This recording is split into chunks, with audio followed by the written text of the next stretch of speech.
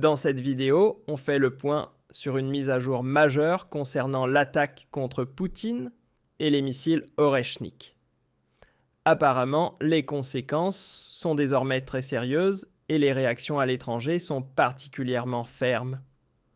En plus de cela, de nouvelles preuves dans le scandale de corruption ont fait surface et tout un réseau de pots de vin au sein du Parlement ukrainien a été démantelé. L'ampleur des événements en Ukraine ne cesse de croître. Alors, restez bien jusqu'à la fin car aujourd'hui, il y a vraiment énormément d'informations à découvrir. C'est parti. Commençons d'abord par le scandale ukrainien avant de parler de l'attaque contre Poutine. Les autorités ukrainiennes ont manifestement mis la main sur un joli pactole lors de perquisitions menées chez des membres du parti de Zelensky. Regardez cette vidéo chez un ancien chef régional d'un bureau de recrutement militaire. Ils ont trouvé $1 million cachés dans des boîtes à chaussures. Alors d'où vient tout cet argent à votre avis ? Et ce n'est, comme on dit, qu'un exemple parmi tant d'autres qui circulent en boucle sur les réseaux sociaux. Car apparemment, ce ne sont pas seulement quelques individus isolés qui sont impliqués, mais tout un réseau de corruption qui a été mis au jour. Lundi, le Bureau national anticorruption d'Ukraine et le parquet spécial anticorruption ont annoncé des poursuites contre 5 députés soupçonnés de faire partie d'un groupe plus vaste qui vendait des votes contre des pots de vin. L'enquête a été rendue publique samedi, juste avant la rencontre entre Zelensky et le président américain Trump à Miami. D'après de nouveaux témoignages, ce réseau criminel présumé aurait perçu depuis au moins septembre 2022 entre 2 000 et 20 000 $ par vote, les tarifs ayant grimpé cette année à un minimum de 5 000 $ l'unité. Rien qu'entre novembre et décembre 2024, le groupe aurait empoché illégalement près de 145 000 $ selon les enquêteurs. Le montant des profits dépendait de l'efficacité du vote, c'est-à-dire du nombre de projets de loi soutenus par chaque député et de sa présence lors des sessions parlementaires, selon la police. Les médias ukrainiens ont rapporté l'existence d'un accord selon lequel le bureau présidentiel aurait tenu certains députés sur une liste de paix secrète afin d'assurer l'application de l'agenda politique de Zelensky. Il a été précisé que les 5 députés suspectés sont tous membres du parti au pouvoir, serviteurs du peuple. Franchement, cette affaire de corruption en Ukraine prend des proportions complètement démentielles.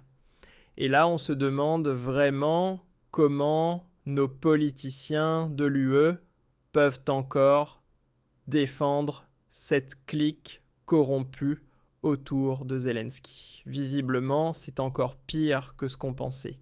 Non seulement de l'argent a été détourné à des fins personnelles, mais cet argent volé aurait aussi servi à soudoyer d'autres politiciens et à manipuler des lois.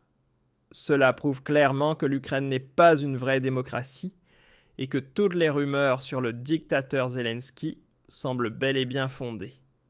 Zelensky n'a pas seulement suspendu les élections dans son pays, mais apparemment, il utilise désormais cet argent volé pour acheter des votes au Parlement et ainsi fausser les décisions législatives. Franchement, on ne peut plus parler de démocratie. Et c'est ce pays-là qu'on voudrait faire entrer dans l'Union européenne, ce serait une véritable catastrophe. Dites-moi déjà dans les commentaires ce que vous en pensez. Et pendant que vous commentez, passons sans plus attendre au sujet suivant, l'attaque contre Poutine. Plusieurs États étrangers ont fermement condamné l'attaque ukrainienne visant la résidence de Poutine.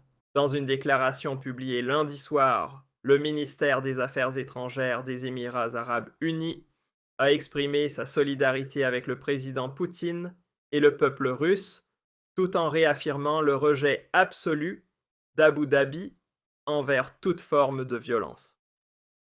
Les Émirats ont dénoncé avec vigueur la tentative de viser la résidence de son Excellence Poutine, président de la Fédération de Russie, qualifiant l'attaque de regrettable et soulignant la menace qu'elle représente pour la sécurité et la stabilité.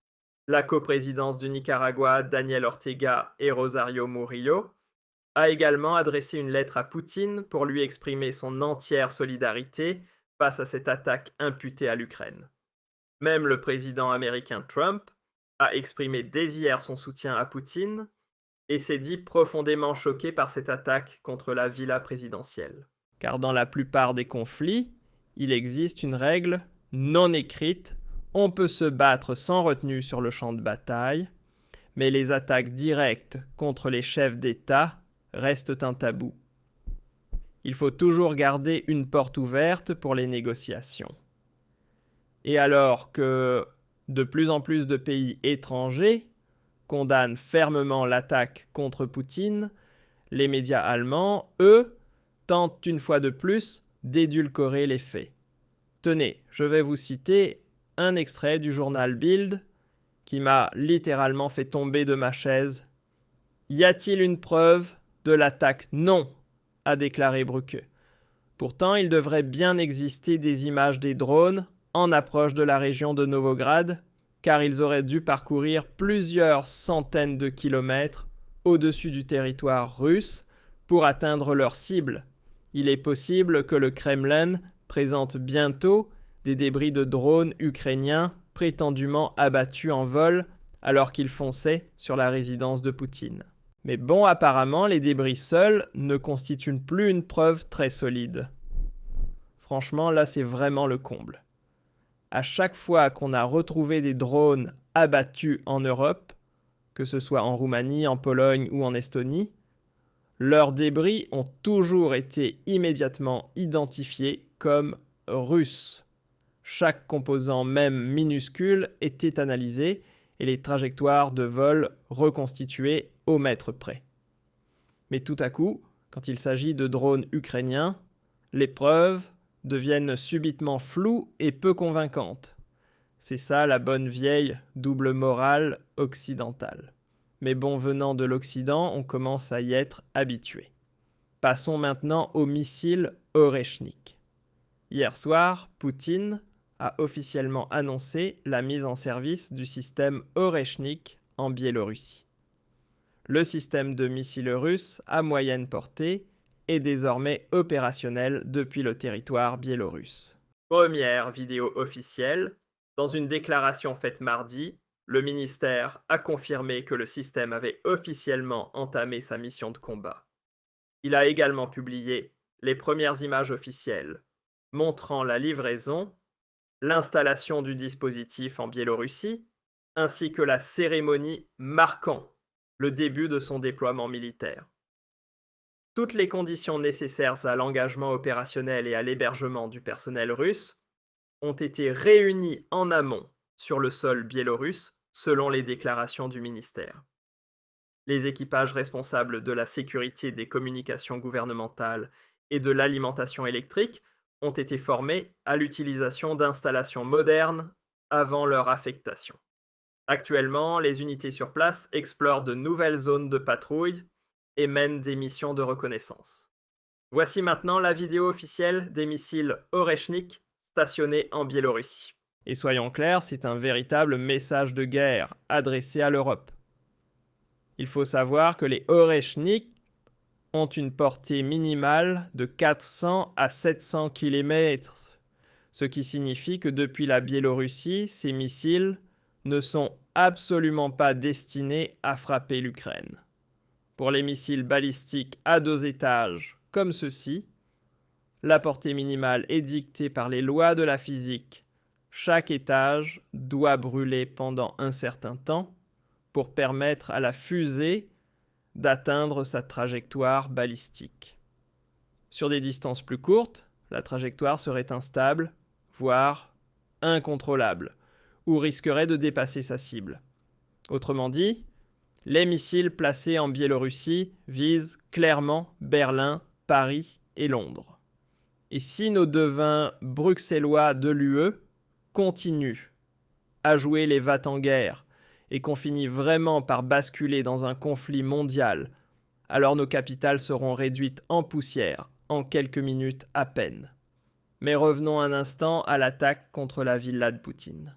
Certains analystes militaires avancent que cette résidence ne serait pas seulement un lieu de villégiature pour quelques jours de repos, mais en réalité un centre de commandement secret, prévu pour servir en cas de menace nucléaire directe contre la Russie. Ce qui expliquerait aussi pourquoi le site est lourdement protégé par des tourelles antiaériennes et des systèmes de défense S-300. Selon les analystes militaires, il ne fait presque aucun doute qu'il s'agirait d'une attaque conjointe menée par l'Ukraine avec le soutien de services de renseignement occidentaux. Et ce n'était pas une attaque comme les autres, mais, comme on l'a dit, une attaque directe contre le président d'une puissance nucléaire. Ce matin encore, je vous l'ai dit, de lourdes représailles militaires sont à prévoir soit dans la nuit, soit dès demain. Mais l'escalade ne se limite pas aux militaires. Sur le plan politique aussi, une véritable bombe vient d'exploser. Dernière déclaration du Kremlin-Poutine, sabote l'accord ukrainien de Trump et l'humilie publiquement. Le dirigeant russe se joue du président américain. Lors d'un nouvel échange téléphonique avec Donald Trump, Poutine a clairement annoncé, selon les propos du Kremlin, que Moscou ne se sentait plus lié à quoi que ce soit. Plus aucun engagement ni accord pris cette année n'est garanti. C'est ce qu'a affirmé lundi soir à Moscou le principal conseiller de Poutine, chargé des négociations avec l'Ukraine Uche. Avec cela, Poutine fait littéralement voler en éclats toutes les discussions en cours, qu'il s'agisse de paix de cessez-le-feu ou de nouvelles négociations. Le Kremlin justifie cette rupture par une accusation toujours non prouvée selon lui. L'Ukraine aurait tenté dans la nuit de dimanche à lundi d'attaquer la résidence privée de Poutine située entre Moscou et Saint-Pétersbourg à l'aide de drones. L'Ukraine a immédiatement et fermement démenti toute tentative de ce type, mais désormais, c'est officiel, tous les plans de paix sont annulés. Toutes les négociations sont mortenées après cette attaque contre Poutine.